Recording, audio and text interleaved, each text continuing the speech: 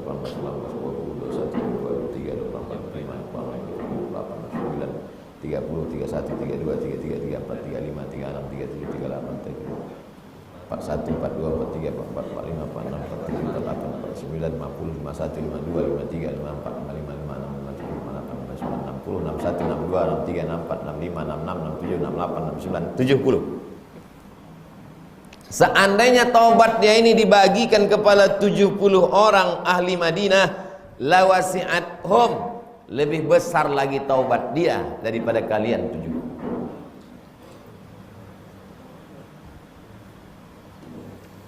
Ini menunjukkan bahwa sahabat Nabi itu rasional. Jadi kalau ada ustadz sekarang ditanya, "Ustadz, boleh saya tanya?" Jangan tanya-tanya, banyak tanya masuk neraka, Bani Israel. Umar itu rasional. Umar itu juga, "Ya Rasulullah, dia kan udah berzina, kenapa kau sholatkan dia?" Kata Nabi, "Laqad tabat." Dia sudah ya udah taubat. Tahu kalian sebesar apa taubat dia? Dikumpulkan 70 orang Madinah nih. 70 orang Madinah tak sama dengan 70 orang Rimbo Panjang. Dibagikan taubatnya itu, lebih besar lagi taubat dia daripada kalian. Wahal wajadta afdal min anjadat binafsiha lillah. Adakah orang yang lebih utama daripada dia yang sudah menyerahkan dirinya kepada Allah? Umar diam. Karena memang itu bukan pertanyaan yang untuk dijawab. Nabi sedang ingin takriri, namanya istifham takrir.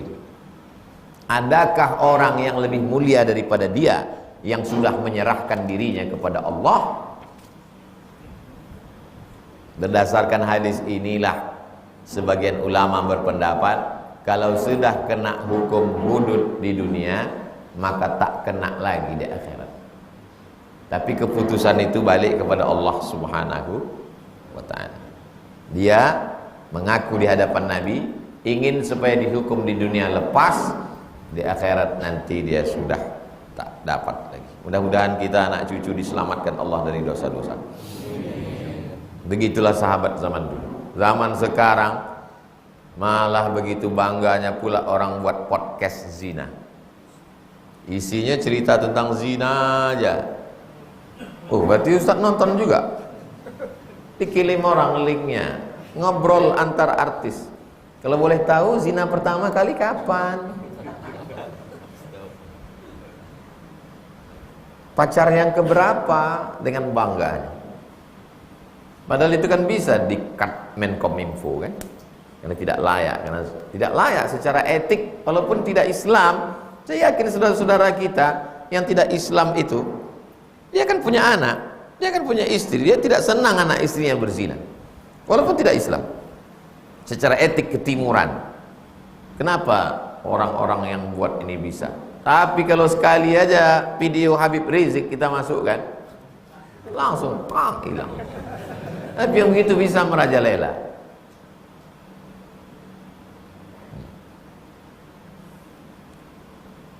Tak bisa kita di TV, tak bisa di medsos ngaji.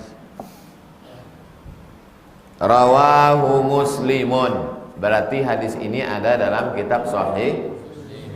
Kalau ada orang berceramah, lalu dibilangnya, ada seorang perempuan dari Juhainah mengaku berzina di hadapan Nabi. Nabi memanggil walinya.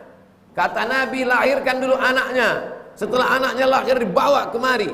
Lalu kemudian dia dilempar dengan batu dan meninggal. Nabi menyolatkannya karena dia sudah bertaubat. Seandainya taubatnya itu dibagikan kepada 70 orang Madinah, lebih besar lagi taubatnya.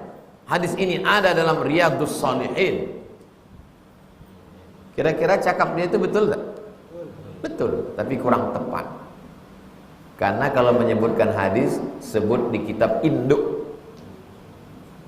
Hadis ini ada dalam Sahih Muslim, disebutkan Imam Nawawi dalam Riyadhus. Itu namanya kitab induk. Itu disebut dengan referensi primer, kitab induk. Yang ini sekunder, kitab kedua. Riyadhus Shalihin, Al-Azkar, Bulughul Maram, dan lain-lain itu. Tapi lumayan lah kalau ada yang nyebut kebetulan dia lupa entah di kitab apa, tapi dia ingat pengajian. Oh, pengajian tuh kayaknya pernah tuh di Jalan Kamboja. Ya Riyadhus Shalihin, jadilah. Daripada di mana kau dengar? Di mana gitu. Pokoknya pernah lah Pak. Tak ada yang lebih parah lagi. Tak pernah aku dengar sama sekali. Yang tak jelas mengganjal di pikiran, nanti di akhir majelis kita bahas. Berikutnya hadis nomor 11 kalau buku ini. Kalau di PDF nomor berapa? Wa an ibni Abbasin, dari Ibnu Abbas. Wa Anas bin Malik, dan dari Anas bin Malik. Dua sahabat Nabi meriwayatkan. Satu Abdullah bin Abbas, satu Anas bin Malik radhiyallahu anhuma. Allah meridhai keduanya. Abdullah bin Abbas, Anas bin Malik radhiyallahu anhum. Kan dua orang Pak Ustadz, kok di sini radhiyallahu anhum? Tiga orang sebetulnya di situ. Abdullah, ayahnya Abbas, dengan Anas bin Malik. Karena Abbas juga sahabat Nabi, maka disebut radhiyallahu anhum mereka. Anna Rasulullah sallallahu alaihi wasallam qala, Rasulullah sallallahu alaihi wasallam bersabda, "Lau anna libni Adam wadiyan min zahab." Seandainya manusia, Ustaz kenapa terjemahkan manusia? Di situ kan dijelas Bani Adam. Bani Adam itu maksudnya anak cucu keturunan Adam. Anak cucu keturunan Adam itu manusia. Ada antum nih yang tak keturunan Adam? Kalau ada berarti keturunan monyet. Seandainya manusia itu punya lembah, wadian lembah. Ini gunung, namanya Gunung Semeru. Ini gunung lagi, namanya Gunung Merbabu. Merapi Merbabu. Ini Gunung Merapi, ini Gunung Merbabu. Kebetulan kami tinggal di tengahnya. Nah, itulah yang terakhir sama Ustadz Salim kemarin, Ustadz Faizal. Nama pesantrennya Pesantren Merapi Merbabu. Ini Merapi, ini Merbabu. Pesantren di tengah. Itu yang di tengah itu namanya wadi, lembah. Seandainya ada manusia punya lembah, kalau ditanya orang lembah, lembah itu apa kata dia? Ini gunung tengah. Seandainya manusia punya lembah min zahab, lembah terbuat dari emas, apakah dia akan mengatakan, alhamdulillah ya Allah sudah ada lembah dari emas, cukup lah ini udah? Tidak. Manusia itu tak pernah merasa cukup. Ahabba ayyakuna lahu wadiyani, dia berharap supaya ada lembah satu lagi. Antum sekarang kuliah pakai motor, yang ada di dalam pikiran antum, nanti kalau aku kerja pakai mobil enak. Setelah antum punya mobil, antum bilang Tuhan tidak adil. Kenapa? Kawan antum punya jet, private jet. Setelah antum punya jet, duduk santai di pesawat pribadi, tak perlu antri naik tiket pesawat, antum bilang Tuhan kurang adil. Karena kawan antum punya jet pribadi, istrinya punya juga. Itulah sifat manusia. Antum sekarang boleh percaya tidak, nanti kalau antum jadi orang kaya, duduk di jet pribadi, antum akan ingat cakap saya. Betul kata Ustaz. Ahabba ayyakuna lahu wadiyani, dia tetap minta, ya Allah kalau bisa satu lembah lagi lah ya Allah. Karena anakku belum. Anak sudah dapat, cucuku belum. Cucu belum dapat, cicitku belum. Sampai kapan? Walan yamla ajaufahu illa turab, sampai mulutnya disumbat turab. Apa turab? Turab, tanah. Ardun tanah secara umum. Turab selalu diartikan debu. Sampai mulut ini disumbat tanah. Kapan mulut ini disumbat tanah? Mati di liang lahat. Setelah masuk ke liang lahat, mulut disumbat tanah, barulah dia kata enough, cukup. Wa yatubullah ala man taba, Allah menerima taubat orang yang mau bertaubat. Makanya hadis ini dimasukkan dalam bab taubat. Apa hubungannya Pak Ustadz? Tadi kan ceritanya tentang tamak. Tamak tak merasa cukup, mau minta satu lembah lagi, satu lembah lagi, satu lembah lagi. Itu memang sifat manusia. Tapi kalau dia ingat mati dan dia kemudian bertaubat, diterima Allah kah taubatnya? Terima. Wa yatubullah ala man taba. Siapa yang bertaubat diterima Allah Subhanahu wa taala. Kata Ustaz Somad kemarin, manusia ini memang tak pernah cukup. Seandainya dia punya lembah satu dari emas, Dia akan minta lagi, minta lagi. Bukan kata Ustaz Somad. Itu dalam hadis yang dibacakan Ustaz Somad dalam Riyadhus Shalihin. Imam Nawawi meriwayatkannya. Imam Nawawi dari mana? Hadis ini muttafaqun alaih, disepakati atasnya. Muttafaqun alaih itu apa artinya Ustaz? Disepakati atasnya. Secara bahasa arti muttafaqun alaih disepakati atasnya. Kalau istilah hadis apa maknanya? Hadis ini ada dalam Sahih Bukhari, ada dalam Sahih Muslim. Kualitas hadis yang paling tinggi level awal VVIP muttafaqun alaih. Ada dalam Sahih Bukhari, ada dalam Sahih Muslim, muttafaqun alaih. Di bawah itu ada dalam Sahih Bukhari, tak ada dalam Sahih Muslim. Di bawah itu ada dalam Sahih Muslim, tak ada dalam Sahih Bukhari. Yang paling tinggi ada dalam Sahih Bukhari, ada dalam Sahih Muslim.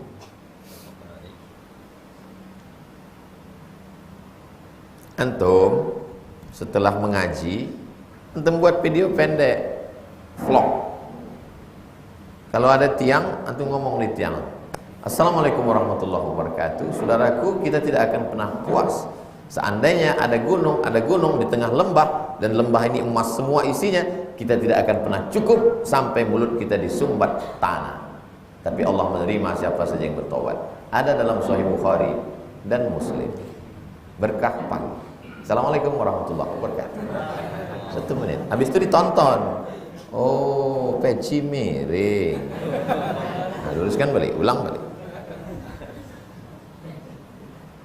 Peminum khamar dengan bangganya buat podcast mabuk. Anda sudah mabuk pagi ini? Pezina dengan bangganya. Orang yang ngaji tidak menyebutkan. Pas ditanya, kau tak buat podcast ngaji? Kau tak buat vlog?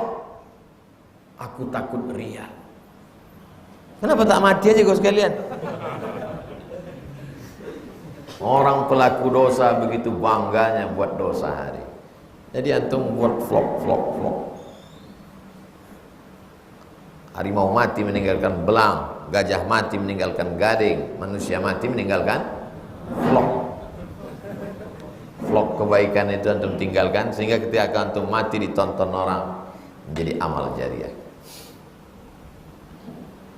Buatlah video-video pendek.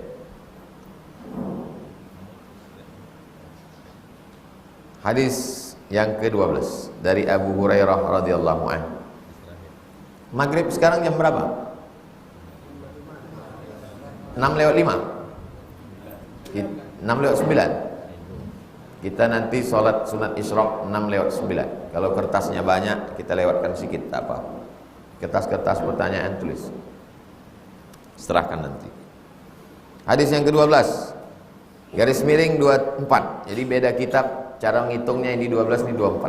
An Abi Hurairah, dari Abu Hurairah radhiyallahu anhu anna Rasulullah sallallahu alaihi wasallam qala, Rasulullah sabda, yadhakullah subhanahu wa ta'ala. Dhahika yadhaku artinya ketawa. Allah ketawa. Maka hadis ini termasuk hadis mutasyabihat.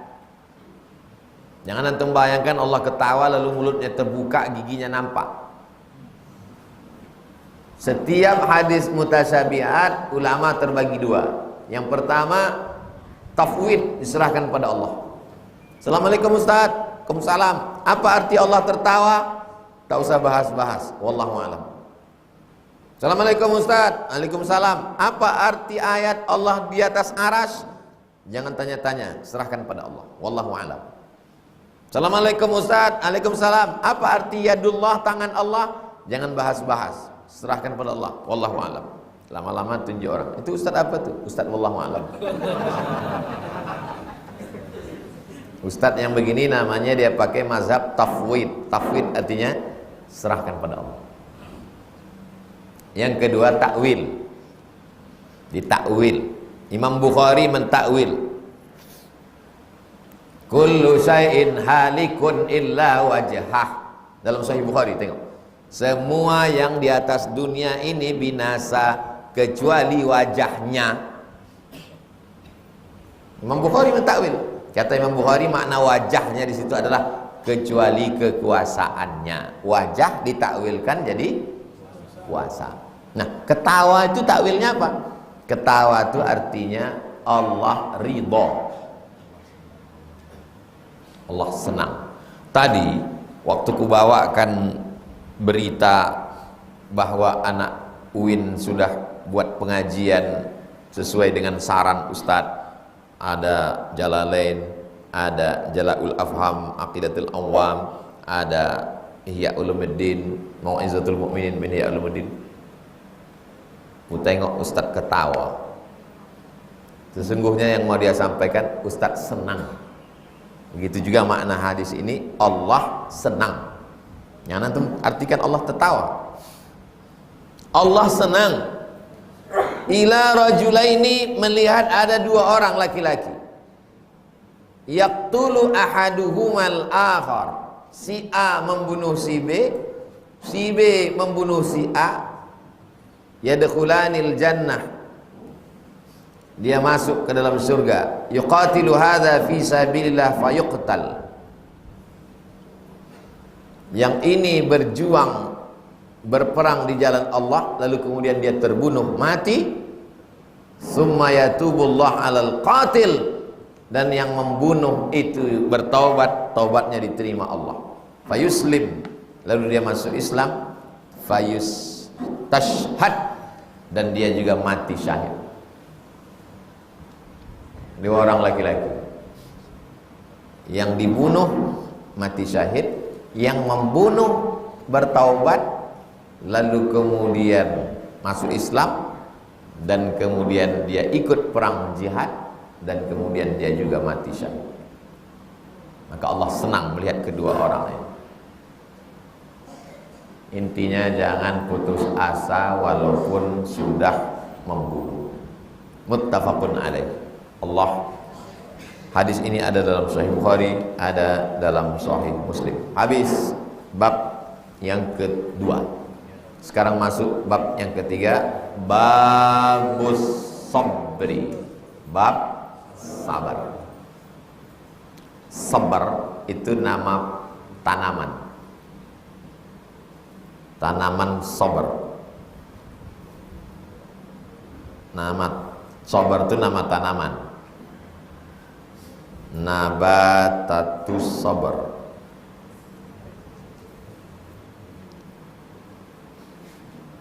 Ada tanaman namanya sabar. Tahu antum tanaman sabar tuh? Sabar tuh rasanya pahit. Nih saya tunjukkan sabar ya. Kalau naik kereta api kita dari Casablanca, nanti antum jalan-jalan ke Casablanca, ibu kota Maroko, mengunjungi tempat saya kuliah di Rabat. Nanti di pinggir-pinggir rel itu banyak tumbuh dia pahit. Namanya tanaman sabar, rasanya pahit. Ah, itu deh. Tulis di Nabatatus sabar. Apa nih? Hah? Kaktus. Jangankan untuk mencicipi airnya, antum ambil kaktus tuh, nanti pulang dari sini ambil kaktus, antum peras, masukkan airnya, kasih orang minum. Itu diminum, kok pahit kali? Itulah sabar. Antum buat vlog. Hai guys, pagi ini kita akan menikmati air sabar. Ambil dulu kaktus. Inilah arti sabar. Sabar artinya tanaman kaktus. Kenapa sabar itu disebut sabar? Karena pahit. Sabar itu pahit. Kalau manis Pak Ustadz, sirup. Belum lagi dikupas, baru mau memetiknya aja udah mesti sabar. Kenapa? Kena durinya. Memandangnya aja mesti sabar. Beda sama memandang bunga mawar melati. Tanya orang apa itu sabar? Sabar adalah kaktus. Allah Ta'ala, Allah berfirman, ya ayyuhalladzina amanu, hai orang-orang yang percaya, orang yang beriman, isbiru, sabarlah, wasabiru, sabarkan orang lain. Warabitu, bersiap-siaplah menghadapi musuh di perbatasan. Ini Makkah, ini Madinah.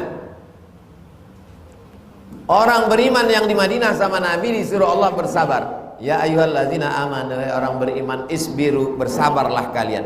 Wasabiru, sabarkan saudara kalian yang masih di Makkah. Itu maknanya sabiru.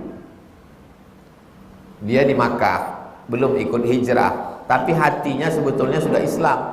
Maka beri mereka kesabaran. Warabitu, bersiap-siaplah di perbatasan. Jadi kita hidupnya juga gitu. Kawan antum sudah hijrah. Ya ayyuhalladzina amanus biru. Hai yang sudah hijrah, sabarlah. Wasabiru, ada yang satu lagi mau hijrah tapi masih ragu-ragu. Sabarkan dia. Sabarkan dulu dirimu, baru bisa menyabarkan orang lain. Setelah itu warabitu, bersiap-siaplah. Kita sekarang kan tidak perang Pak Ustaz. Siapa bilang kita sekarang tak perang? Perang kita sekarang brain wash. Wash, cuci. Brain, otak. Brain wash, cuci otak. Perang kita sekarang perang lebih mengerikan dari Belanda lagi. Kalau Belanda dulu nampak berdarah-darah, sekarang tak berdarah. Mukanya tak berdarah, tapi otaknya berdarah. Babak belur. Itu tadi ayatnya surat Ali Imran ayat 200. Sekarang berikutnya. Wala nabluwannakum bi syai'im minal khauf. Kami pasti akan menguji kamu. Minal khauf, takut. Yang sekolah takut tak naik kelas, takut tak lulus. Yang udah kuliah takut tak dapat judul skripsi. Yang udah dapat judul takut tak lulus sidang. Yang udah sidang takut tak kerja. Yang udah kerja takut tak cukup untuk modal berbini. Yang udah berbini takut tak punya anak. Yang udah punya anak takut tak dapat anak perempuan. Yang anak perempuan takut tak dapat anak laki-laki. Manusia ini terus dalam keadaan takut. Walju, lapar. Kita ini sekarang sedang lapar semua karena belum sarapan. Kenapa orang korupsi? Takut lapar. Masa gara-gara takut lapar orang korupsi? Ya, yang dipikirkannya 70 keturunan ke bawah. Takut anak cucu cicit tak makan, korupsi, makan haram. Wa naqsim minal amwal, kekurangan harta, bangkrut, miskin, susah, melarat. Wal anfus, mati. Wasamarat, paceklik, kekurangan buah-buahan, kering kerontang, hujan tak turun. Wa basyiris sabirin, berikanlah kabar gembira pada orang yang sabar. Itu ayat Al-Baqarah 155. Ayat surat ketiga. Innama yuwaffas sabiruna ajrahum bighairi hisab. Allah memberikan balasan full, penuh kepada orang yang sabar. Hidup ini dua. Kalau sesuai yang antum inginkan dengan yang dikasih Allah, syukur. Kalau tak sesuai yang antum inginkan yang dengan diberikan Allah, sabar. Misalnya saya inginnya teh manis, tiba-tiba yang datang air putih, berarti saya sabar. Ngasih contoh itu tak usah jauh-jauh. Misalnya nanti antum berceramah, jangan ngasih contoh. Allah tuh kalau ngasih contoh yang dekat-dekat. Afala yanzuruna ilal ibili kaifa khuliqat. Tengoklah onta bagaimana diciptakan. Wa ilas sama'i kaifa rufi'at. Bagaimana langit dinaikkan. Jadi ngasih contoh tak usah jauh-jauh. Ustaz kasih saya contoh dengan keinginan kita sesuai dengan keinginan Allah. Kau dicontohin jauh-jauh, dekat-dekat aja dulu. Saya maunya kopi susu, tiba-tiba datang kopi susu, berarti Allah ingin saya syukur. Tiba-tiba datang air putih, berarti Allah ingin saya sabar. Ustaz menyindir, enggak? Jangan kasih Ustadz air manis, kasih ustadz air putih. Siapapun ustadznya sini jangan kasih air manis. Karena penyakit ustadz diabetes. Ustadz banyak duduk, kurang olahraga, sakit pinggang. Yang kedua, leher, pita suaranya panas. Kalian kasih air manis, rusak. Tua tak bisa bercakap lagi. Paling sehat kasih air putih. Kalau nanti ada ustadz yang marah, kenapa tak ada kopi, kenapa tak ada manis? Itu saran dari Ustadz Somad. Itu tadi hanya sekedar kasih contoh. 3 cara kita berinteraksi dengan Allah. Sesuai yang kita inginkan dikasihnya, syukur. Tak sesuai kita dikasihnya, sabar, husnuzon. Antum inginnya berdoa nikah minta sama si siapa nama calon antum? Ngatiem. Ternyata dikasih Allah ngatini. Antum mesti bersabar dan antum husnuzon. Menurut ilmu Allah, ngatini ini yang lebih baik bagi antum. Mohon maaf Ibu ngatiem dan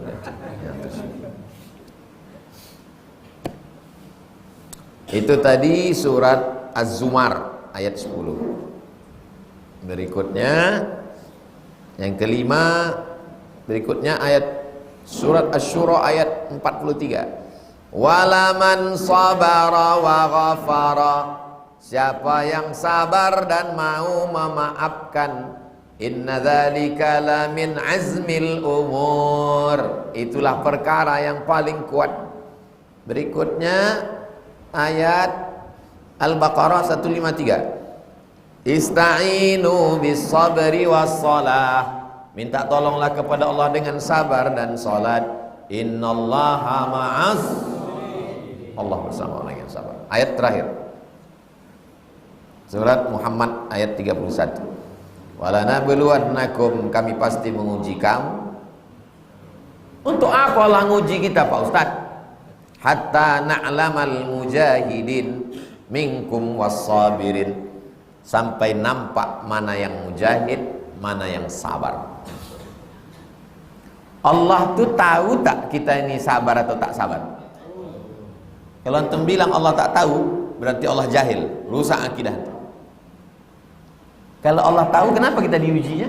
Tapi dia tahu. Dia mau ngasih tahu kita. Bukan kata Allah tak tahu. Ketika kita diujinya, kita tak lulus, tahulah kita bahwa kita tak layak masuk surga. Seolah-olah Allah ingin mengatakan, kau dah tahu kan bahwa kau tak cocok di sini kan? Kau cocoknya di neraka jahanam kan? Kata Allah Ta'ala. Bukan Allah tak tahu.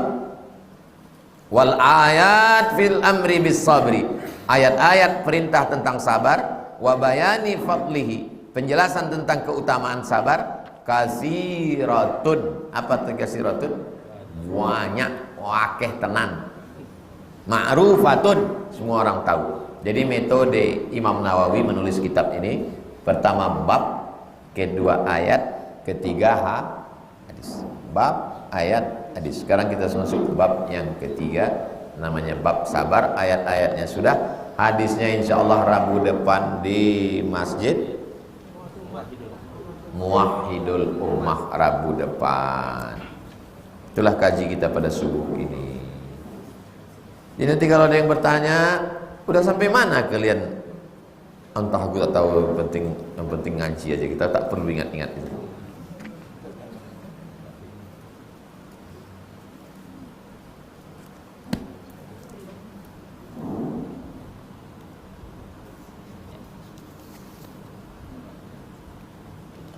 Mengenai perbedaan qiraat, apakah dapat mempengaruhi penafsiran, penetapan suatu hukum?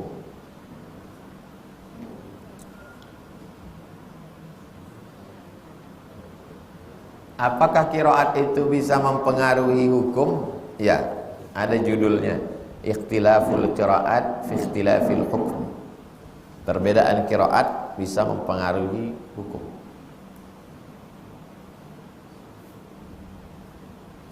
Ikhtilaful qiraat,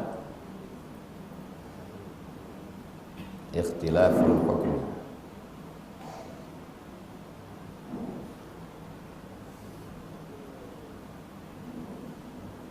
Judul kitabnya Athar Ikhtilaful Qiraat fil Ahkam Asy-Syar'iyyah.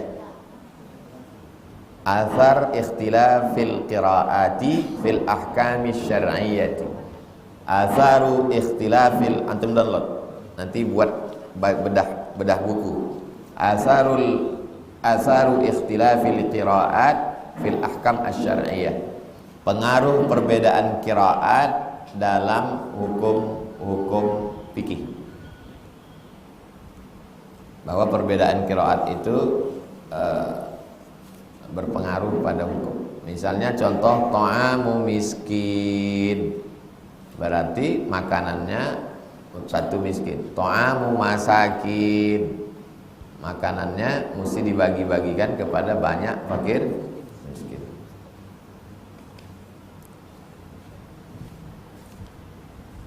La taqrabuhunna hatta yathhur.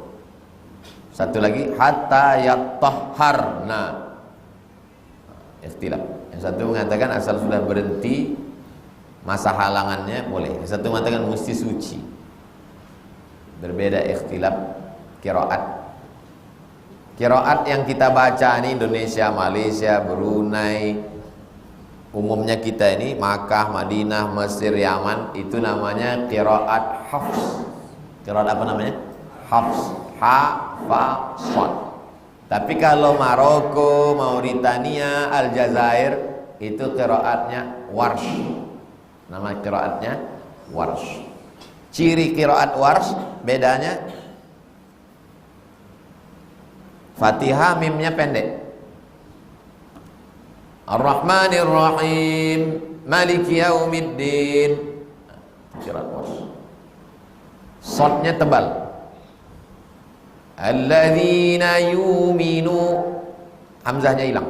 Alladzi, kalau qiraat hafs, alladzina yu'minuna. Kalau dia alladzina yu'minuna bil ghaibi wa yuqimuna as-shalah.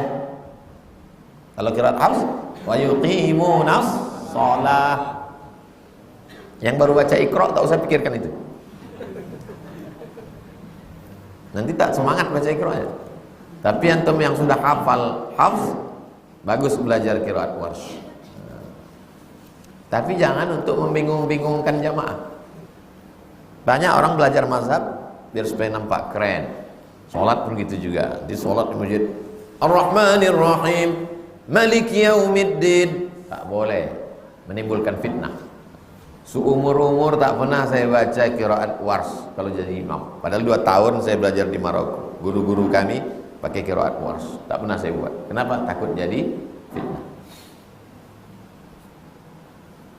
Merek kain, baju bermerek apa hukumnya terbaca oleh orang yang sedang sholat? Baca sahabat kuas belakang atau biker subuhan, tengoknya. Selama tak keluar, asal keluar dari mulut ni batal sholat. Bikers batal. Makanya mata itu disuruh menengok tempat sujud. Rupanya di tempat sujud pun tertulis karpet ini hadiah dari caleg. Pejamkan mata. Itulah makanya tak boleh bertulis-tulis.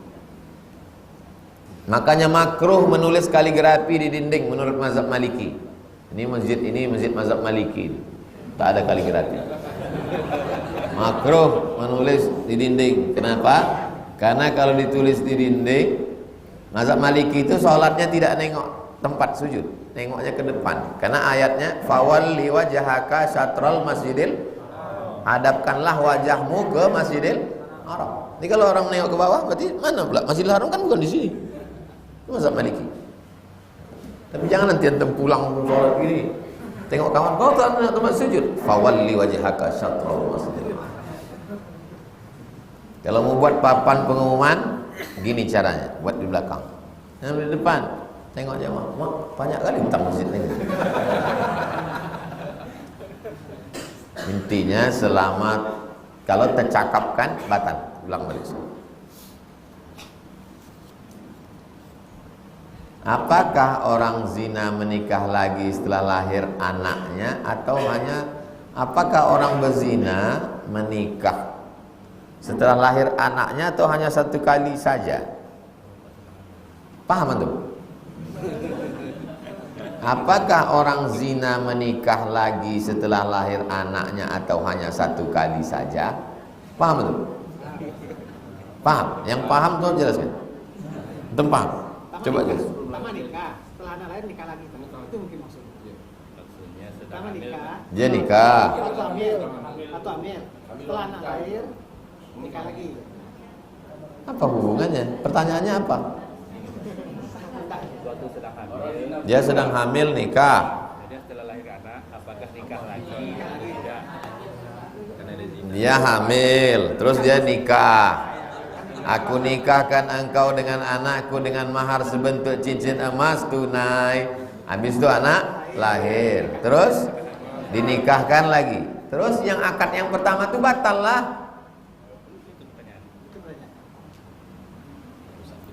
Batal lah akad yang pertama tadi. Untuk apa kau akad lagi? Kalau ada orang hamil, nikah dia, nikahnya menurut mazhab Syafi'i sah. Itulah kenapa Pak Kua tak pernah nanya di Indonesia ini. Pernah Pak Kua nanya, kau aku tengok buncit perut kau ni, hamil kau? Tak pernah Pak Kua nanya. Kenapa? Karena kompilasi hukum Islam Indonesia pakai mazhab Syafi'i. Dalam mazhab Syafi'i perempuan hamil nikahnya sah. Tapi kalau anaknya lahir 4, yang pertama, anak itu tidak boleh pakai bin bapaknya. Tak boleh pakai bin. Kenapa? Karena dia mencoblos sebelum hari H. Kertasnya tak diakui.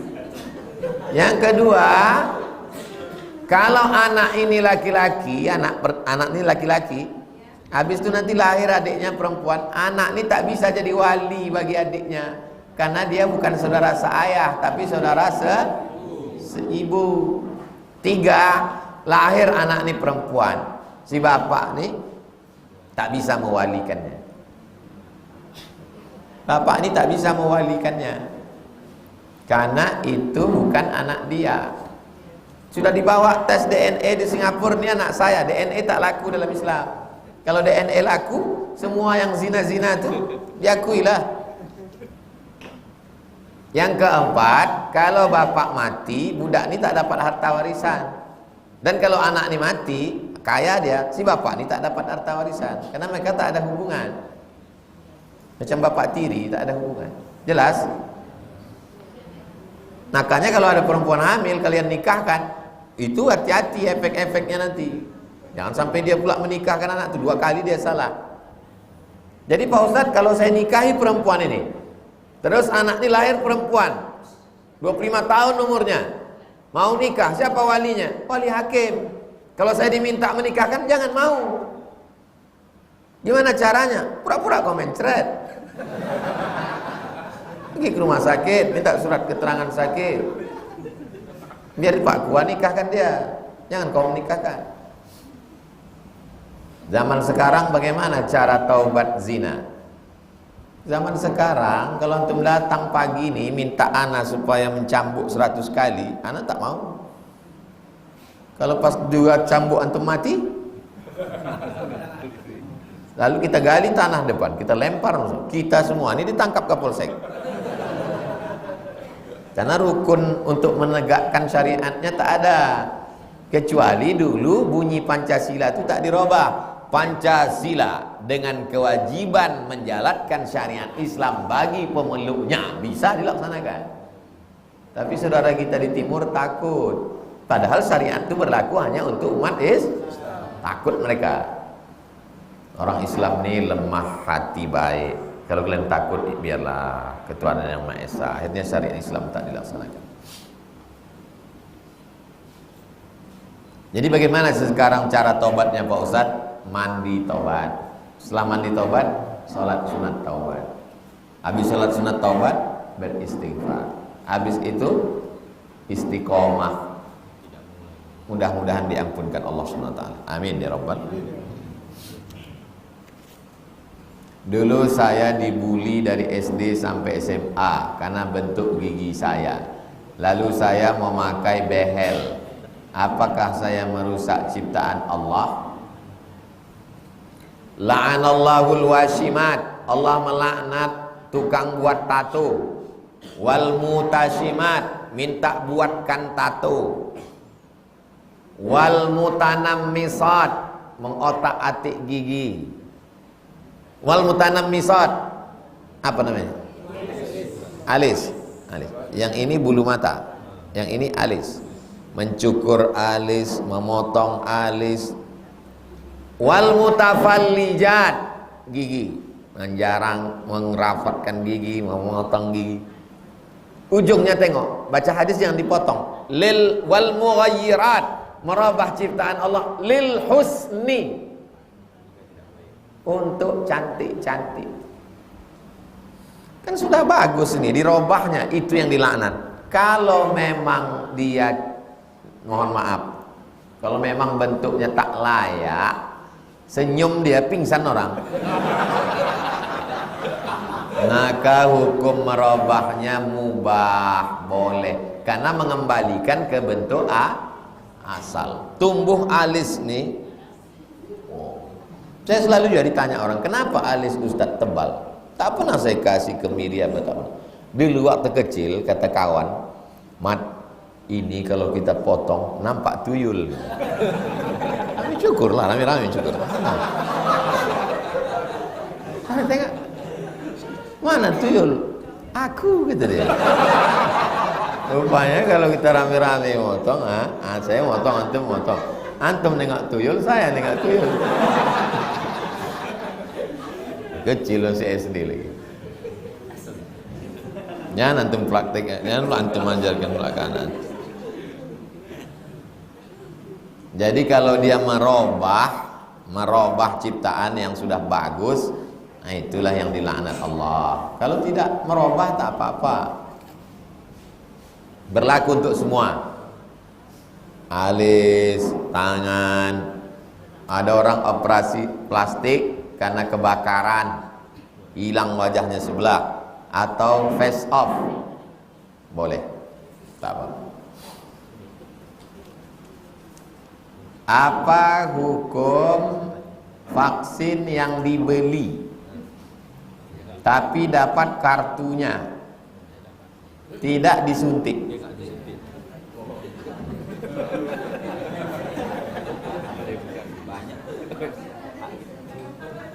Ini terkait dengan hukum negara. Ini hubungannya dengan hukum negara. Sama macam orang pergi ke Makkah pakai visa palsu. Itu hubung kaitnya dengan negara. Karena secara hukum Islam, ke Makkah itu niat, tawaf, sa'i, tahallul, tertib. Asal cukup itu umrohnya sah. Kalau haji tambah satu lagi wukuf di Arafah. Niat, tawaf, sa'i, tahallul, tertib. Itu rukun umroh. Kalau hajinya tambah. Lalu pas mau berangkat, antum takut bersuntik, antum dapat. Itu apakah haji saya sah? Hajinya sah, umrohnya sah. Ini terkait dengan hukum negara. Paham? Jelas? Saya tidak mengatakan tidak apa-apa. Nanti antum tangkap polisi. Sampai di Saudi dicek darah. Loh, antum belum vaksin katanya. Kok punya kartu? Berarti beli. Kata Ustaz Somad, boleh. Saya kenal. Saya membedakan ini hukum negara. Bagaimana cara mengantisipasi saya yang fasik? Melakukan perbuatan dosa dengan penuh kesadaran. Dia tahu itu salah. Itu fasik. Bagaimana cara mengantisipasi? Dosa yang kau lakukan itu apa? Misalnya pakai sabu. Antum diam-diam di kamar pakai sabu. Bagaimana cara mengantisipasinya? Habis pengajian ini antum datang ke saya. Insya Allah nanti sore antum sudah ditangkap BNN. Insya Allah berhenti antum pakai narkoba. Kalau antum takut melapor sama orang tua, karena orang tua antum tokoh masyarakat, lapor ke saya. Nanti kami buatkan skenario-nya, antum tertangkap. Insya Allah antum berhenti. Apa dosanya sebutkan? Bisa berhenti. Saya nih Pak Ustadz melakukan perbuatan maksiat, saya berzina. Antum berbini. Tak ada obatnya lain kecuali berbini. Saya homo Pak Ustadz. Nanti saya suruh kawan-kawan tentara melatih antum. Hilang bencong antum. Tidak bisa cukup dengan istighfar, ada langkah-langkahnya. Buat acaranya namanya Be a Man. Jadilah laki-laki yang jantan. Bagaimana cara menjauhkan diri dari sifat riya? Riya itu artinya menunjuk-nunjukkan amal. Itu riya. Kalau antum di rumah di kamar salat duha sendiri ayatnya kul huwallah, maka tahiyatul masjid ayatnya kul huwallah juga. Kalau antum salat sendiri di kamar ayatnya kul huwallah, pas di sini antum baca rakaat pertama Yasin, itu riya. Antum tinggal dekat masjid, antum salat ke masjid, itu bukan riya. Jadi jangan nanti, kenapa kau tak pernah ke masjid? Aku takut riya. Itu bukan riya. Jadi kenapa? Karena Allah nyuruh ke masjid. Innama ya'muru masajidallah. Nabi nyuruh ke masjid. Maka kalau ada landasan hukumnya, semua orang memuji kita, itu tidak riya.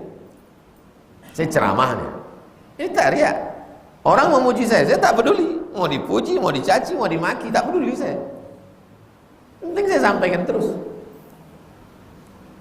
Kalau jamaahnya satu, tak semangat. Kalau jamaahnya ramai, semangat. Riya, berarti bukan karena Allah. Ustadz ini semangat kan karena banyak jamaah? Enggak. Sering saya ceramah tak ada jamaah. Saya jamaah kamera itu berdua. Makanya semuanya mesti lillah. Lelahku lillah. Apa hukum wudhu dalam toilet? Sah, tapi jangan ucapkan bismillahnya dilafazkan. Jangan bismillahirrahmanirrahim. Wiksi tengah. Antum cuci tangan dalam hati. Ini dalam hati. Semuanya dalam hati. Begitu juga menjawab azan. Allahu akbar, Allahu akbar. Dalam hati. Tidak boleh menyebut Allah di dalam toilet. Salat wudhu sah. Bolehkah sajadah dijadikan alas trika? Al aslu fil asya al ibahah. Hukum segala sesuatu mubah sampai ada dalil yang mengharamkannya. Kalau tujuannya menyetrika di atas sajadah itu untuk menghinakan, merendahkan, haram. Tapi kalau tak ada unsur merendahkan, menghinakan, tak haram. Kenapa sajadah itu kau buat alas? Apa alasannya? Karena tebal, maka dia tidak menghinakan. Tapi kalau dia ingin merendahkan, punya sajadah hanya pakai alas, tak pernah dipakai sembahyang. Merendahkan, menghinakan syariat Islam.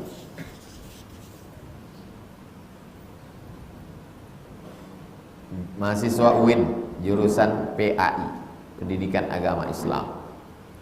Anak PAI bagus membaca kitab supaya nanti kalau dia jadi guru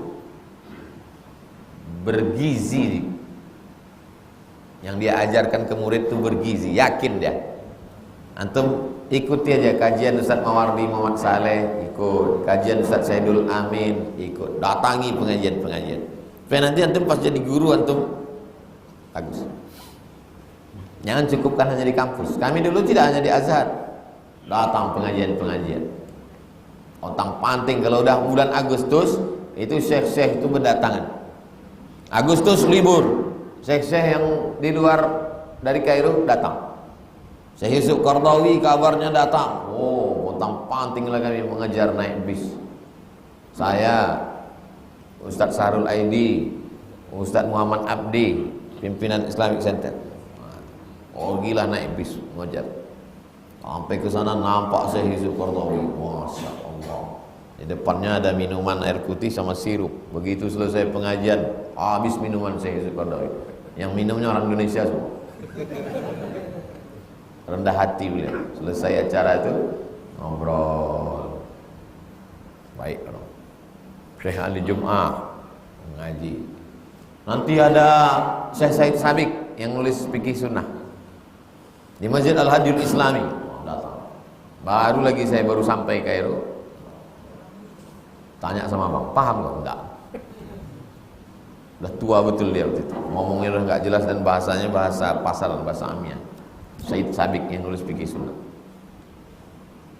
Sebagai mahasiswa yang muda, apakah berpahala jika menghilangkan perasaan pada akhwat demi menjaga kekhusyuan ibadah kepada Allah?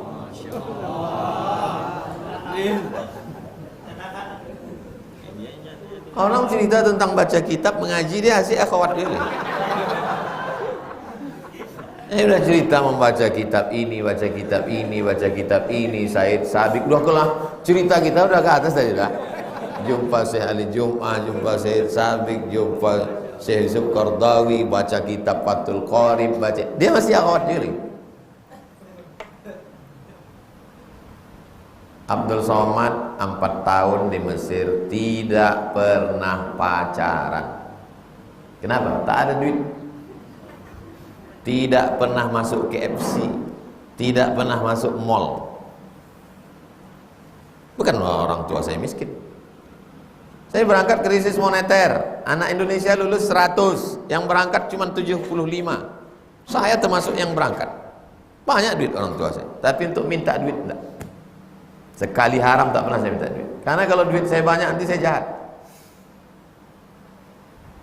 Antum kalau mau serius belajar, tak memikirkan akhwat, jangan berduit.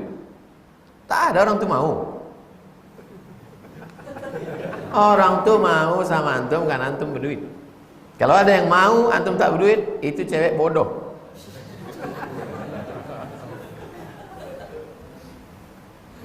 Antum bisa malam minggu jalan-jalan, pergi ke mall, karena antum pakai motor.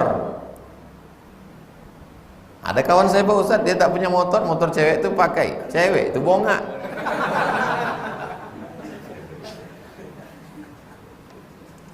Kuncinya satu aja, jangan banyak duit. Asal antum banyak duit. Tapi orang tua saya mampu, kaya, masukkan ke bank, simpan, buat modal. Kalau antum banyak duit, antum jadi jahat. Nanti setelah antum kuliah, antum nikah, dapat perempuan yang baik-baik insyaallah.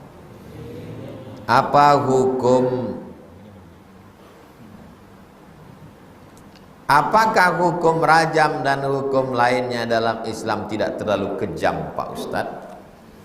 Antum tahu euthanasia? Tulis di Google.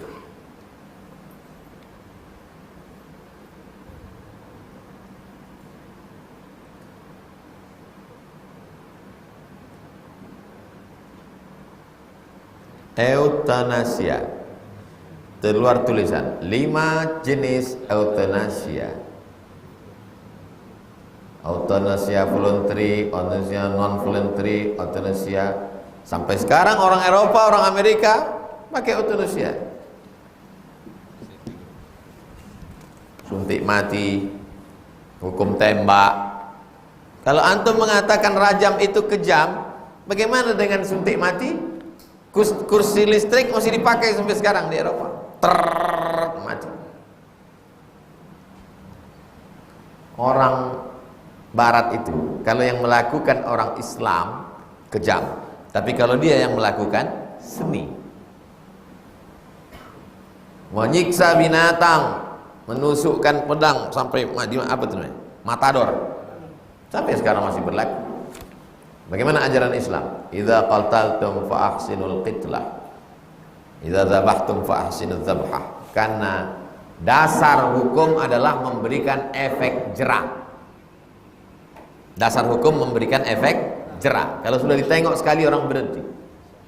Laksanakan hukum itu sekali, insya Allah berhenti orang. Kenapa orang tak takut? Alah, paling-paling masuk penjara kata dia, sogok. Pas datang peninjauan dalam, habis itu bayar keluar. Tidak memberikan efek jerak.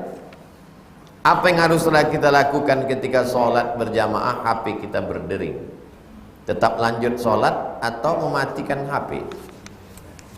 Makanya imam itu sebelum sholat, luruskan shaf, matikan HP. Itu imam Masjid Istiqomah Bengkalis. Siapa orang Bengkalis? Angkat tangan. Nanti antum sholat di Masjid Istiqomah Bengkalis, begitu bunyi imamnya, luruskan shaf, matikan HP. Saya seminggu di Bengkalis waktu Dewan Juri Musabaqah Tilawatul. Kalau tak ada suara itu berarti sudah meninggal imam itu. Tahun tanggal 12 bulan 12 2012 saya Dewan Juri MTQ di Bengkalis. Setiap subuh sholat di masjid. Orang Bengkalis itu cepat bangunnya. Ini hotel saya pinggir laut, ini masjid. Tiap pagi ke hotel. Semua warung-warung dah buka. Warung Cina, warung kopi. Yang orang Islam tetap kesiangan. Lalu kemudian ketika sedang sholat, hidup handphonenya, apakah masuk dalam uzur syar'i mematikan handphone itu? Tak ada uzurnya di situ. Lalu bagaimana supaya orang memberikan efek jerah supaya takut? Karena kalau tak ada hukum nanti orang semaunya aja. Jadi kawan saya di Eropa bilang, tempat kami orang paling takut sebelum sholat pasti diceknya dulu. Kenapa? Karena aturan di masjid itu kalau berbunyi $100. Betul. Siapa yang handphonenya berbunyi $100, $1.500.000. Insya Allah tak akan berbunyi lagi. Pakai akal nih untuk mengantisipasi. Karena kalau bicara fikih, tak selesai semuanya dengan fikih.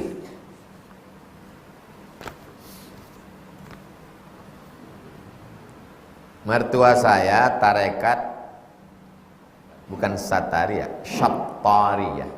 Shin, Ta, Alif, Ra, Ya, Ta marbuta. Syattariyah. Nama tokohnya dari India, Syekh Abdullah Syattari. Ulama Indonesia yang paling besar membawa tarekat Syattariyah ini namanya Syekh Abdul Rauf As-Singkili. Singkel. Datanglah muridnya namanya Pono. Syekh Abdul Rauf As-Singkili dapat firasat bahwa akan ada seorang murid, mohon maaf, pincang kakinya salah satu. Penampilannya biasa saja. Jatuh tepak sirih. Syekh Abdul Rauf As-Singkili ini makan sirih. Jatuh tepak sirihnya ke dalam lubang WC. Murid-murid yang lain lari, datang Pono nih, masuk dia ke dalam, diambilnya tepak sirih itu, cucinya bersih. Syekh, kata Syekh Abdul Rauf, nanti kalau kau bercakap seolah-olah orang melihat aku, pengikutmu nanti paling ramai di Sumatera. Terbukti cakap Syekh Abdul Rauf. Inilah yang paling murid. Nama muridnya itu tadi berubah jadi Syekh Burhanuddin. Ulakan, bukan Burhanuddin Kuntu. Karena Burhanuddin Kuntu jauh lebih tua daripada Syekh Burhanuddin Ulakan. Syekh Burhanuddin Kuntu abad ke-12, Syekh Burhanuddin Ulakan abad ke-17. Beda antara keduanya 500 tahun. Bukan tokoh yang sama. Yang satu membawa tarekat Syattariyah ini ke Pariaman, itulah dia Syekh Burhanuddin. Datang satu lagi belajar kepada Syekh Abdul Rauf As-Singkili, namanya Syekh Muhyiddin. Balik ke Jawa Barat, itulah dia Syekh Muhyiddin Pamijahan.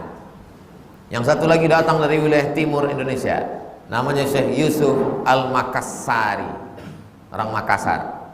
Habis itu dia pun pulang ke Makassar, melawan Belanda, pergi ke Banten, diasingkan Belanda, dibuang ke Ceylon, Sri Lanka, berdakwah juga di Ceylon, terakhir ke Afrika Selatan. Di Afrika Selatan pun berdakwah juga. Tak ada matinya sampai meninggal dunia. Nelson Mandela mengangkatnya jadi pahlawan di Afrika Selatan. Orang tarekat itu tidak pernah mati karena dia sudah mati duluan. Mutu qabla an tamutu, mati sebelum mati. Dimandikan, mandi jenazah, digulung pakai kain kafan, dibisikkan ke telinganya, la ilaha illallah. Dia sudah mati. Makanya kalau ada orang ngasih tahu saya, Ustaz hati-hati Ustaz, nanti Ustaz mati. Kami ini sudah mati duluan. Ustaz kau bawa mobil jangan sendirian, nanti Ustaz dibunuh orang. Kami sudah mati duluan. Kalau mati itu berarti mati kami yang kedua. Saya keluarga tarekat Naqsabandiyah.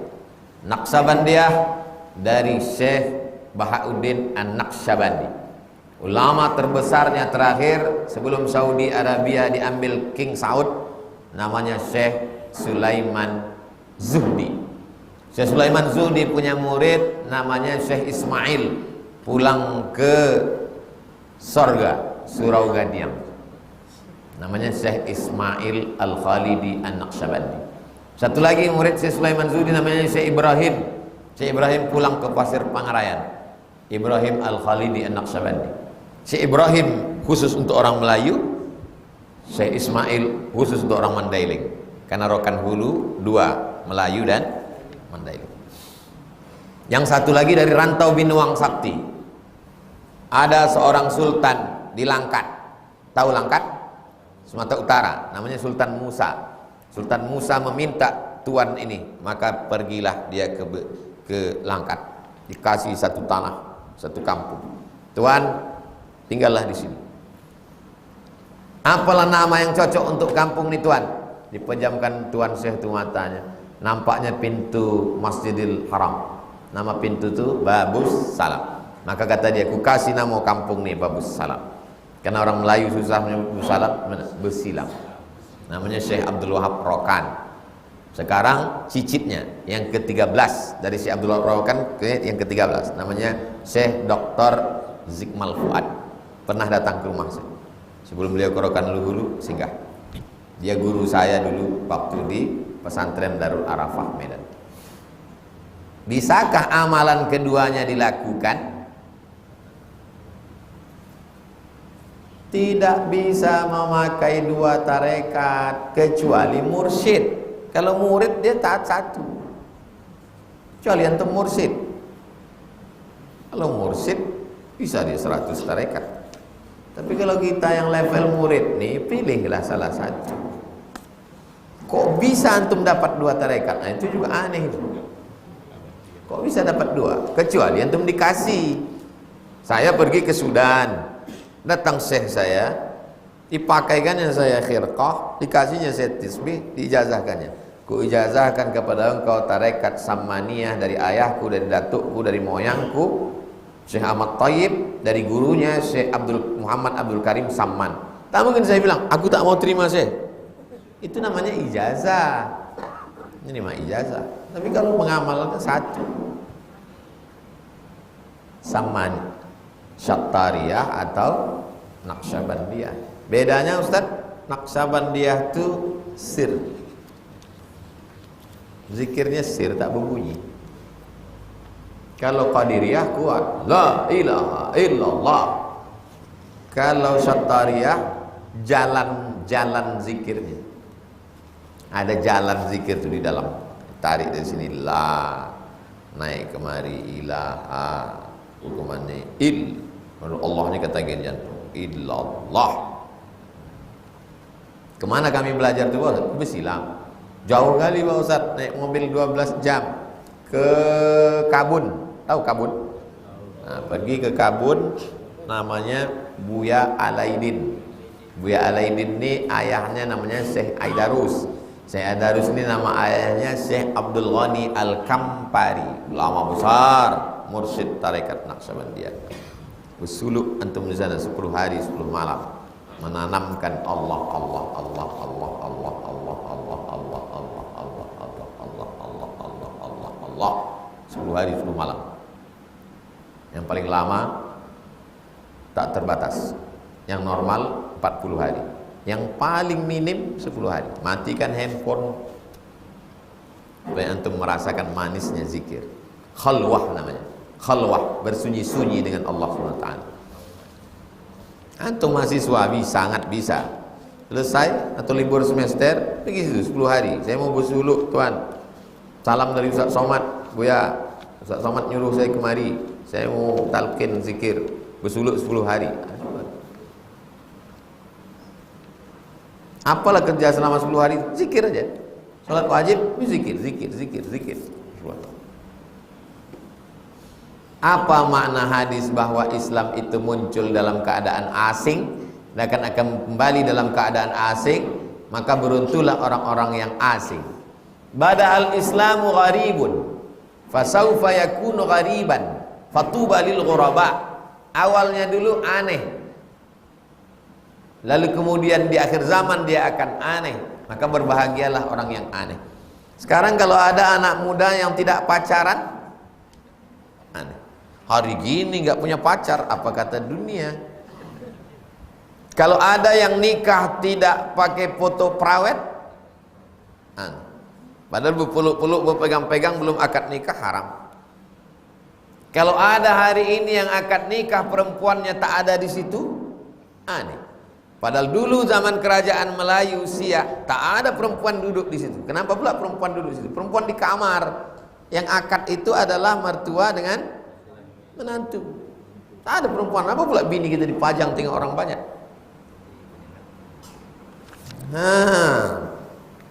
Itu tradisi dari mana? Itu tradisi artis itu, sunnah artisiyah namanya. Kalau nikah sekarang tidak pakai keyboard tunggal, aneh. Fatuba lil ghuraba, berbahagialah orang yang aneh. Paham?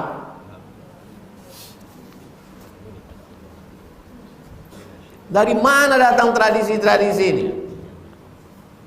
Oh ayah, engkau yang sudah bersusah payah membesarkan kami. Bukan dia bercakap, orang bercakap. Macam dengar di luar radio. Dari mana datang tradisi? Bagaimana cara menjelaskan kepada seseorang bahwa hukum qisas dan balas dendam itu hal yang berbeda? Balas dendam, antum datang bawa parang panjang, antum cincang dia, itu sedap. Hukum qisas yang menetapkan itu hakim. Hakim mendapat kuasa dari Allah. Hakim yang memutuskan. Kan balas dendam. Kalau balas dendam, bawa golok, bawa tombak, atau pancung dia, itu baru balas dendam.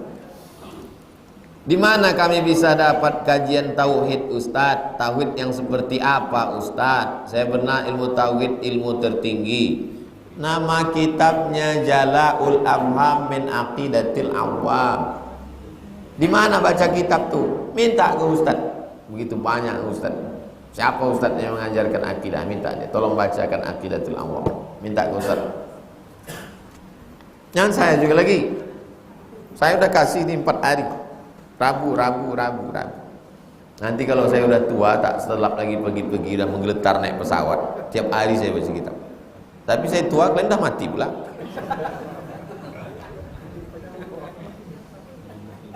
Bagaimana tentang jamak sholat ketika bekerja dengan tempat pindah-pindah yang jaraknya 100 kilo?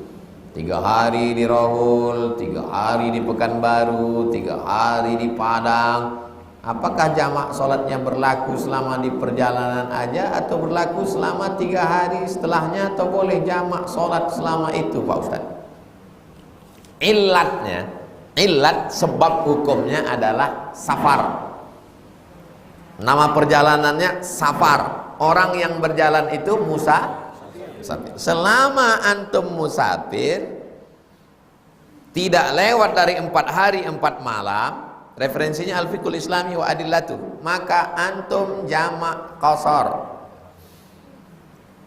Bertolak hari ini dari Pekanbaru menuju Rokan Hulu 150 sampai 180 km. Jarak yang boleh qasar 88, sekian. 89 bulatkan. Payang ingat 89, ingatkan 90 Wali Songo.